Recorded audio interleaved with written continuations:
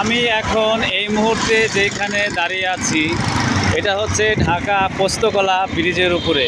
আমার পিছনে দেখতে পাচ্ছেন বুড়িগঙ্গা নদী।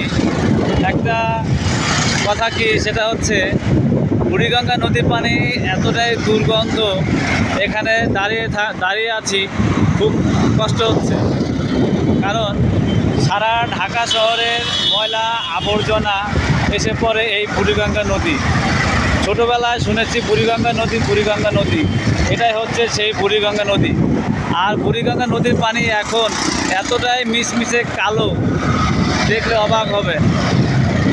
আরেকটা কথা হলো যে সারা ঢাকা শহরের মানুষ এই বুড়িগঙ্গা নদীর পানি দিয়েই গোসল করে এখনও।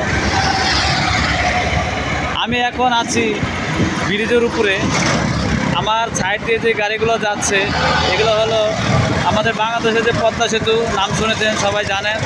সেই পদ্মা সেতু হয়ে বিভিন্ন ডিস্ট্রিক্টে বিভিন্ন জেলায় যাচ্ছে, যেরকম খুলনা, যশোর, বাগেরহাট, বরিশাল, রংপুর, দিনাজপুর, আরও বিভিন্ন বাংলাদেশের তো 64টা জেলা। আরও উত্তরবঙ্গে যে জেলাগুলো আছে সেই জেলাতে এই গাড়িগুলো যাচ্ছে এই